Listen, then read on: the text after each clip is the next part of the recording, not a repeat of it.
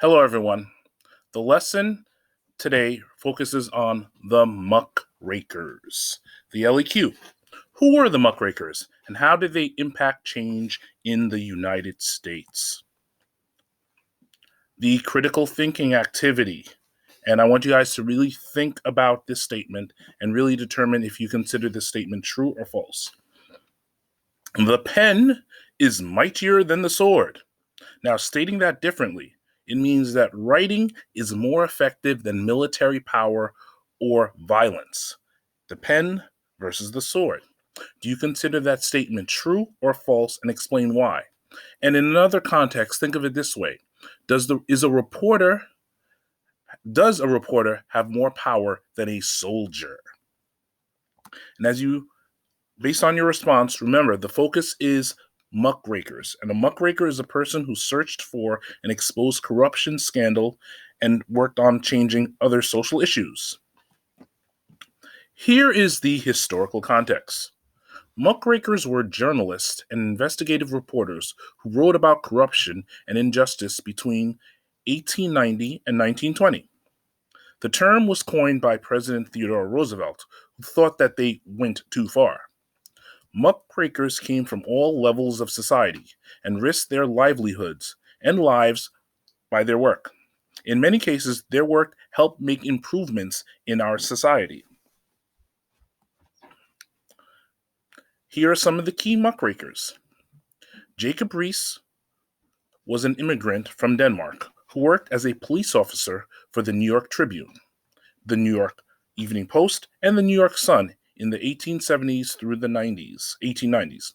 His 1890 book, How the Other Half Lives, studies among the tenements of New York, 1892's The Children of the Poor, and other later books and lantern slide lectures to the public led to tenements being torn down. Improvements which are credited to Riis's muckraking efforts include sanitary sewer construction and the implementation of garbage pickup. Now, if you remember from previous lessons, these are samples of what the tenements look like. So, when he photographed and wrote about them, it urged people to change these living conditions for newly arrived immigrants. Ida B. Wells, another muckraker.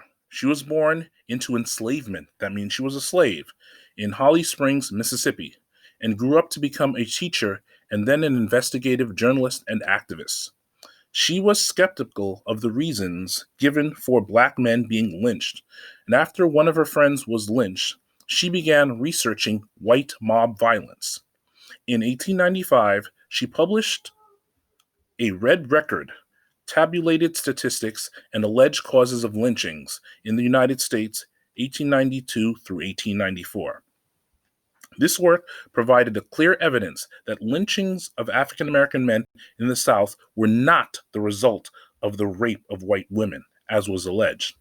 Although she never achieved her goal of federal anti-lynching legislation, she was a founding member of the NAACP and other activist organizations. Ida B. Wells. Ida Tarbell. She was born in a log cabin in Hatch Hollow, Pennsylvania, and dreamed of becoming a scientist. During that time, that opportunity was denied her. But as a woman, as I said, she was denied that. So instead, she became a teacher and one of the most powerful of the muckraking journalists. One of her first assignments was to investigate the business practices of John D. Rockefeller. This is the gentleman posed in this political cartoon, and this is his actual image. Okay, and the focus was focusing on investigating the practices of John D. Rockefeller and Standard Oil. Her exposés documented Rockefeller's aggressive and illegal business methods. And it appeared first as a series of articles in the magazine McClure, and then as a book, The History of the Standard Oil Company, in 1904. And she was going against at that time, the world's first billionaire and the richest man in the United States. So a reporter going against a billionaire, that certainly takes courage. Upton Sinclair was born into relative poverty in New York. Although his parents were wealthy, As a result, he was very well educated and began writing boy stories at the age of 16, and later wrote several serious novels, none of which were successful. In 1903, however, he became a socialist and traveled to Chicago to gather information about the meat packing industry. His resulting novel, The Jungle, gave a wholly unsavory look at the abysmal working conditions and contaminated and rotting meat. His book became an instant bestseller, and although it did not have much impact on the plight of immigrants, it helped provide the opportunity to have the Meat Inspection Act and other safety measures. Now, this is a sample of images that you would see when meat is rotting. This political cartoon showcases the scandal that happened when he wrote his book and how the public um, was in an uproar when they found out about the rotting meat that they were eating from factories. Here are samples of the books from the Muckrakers.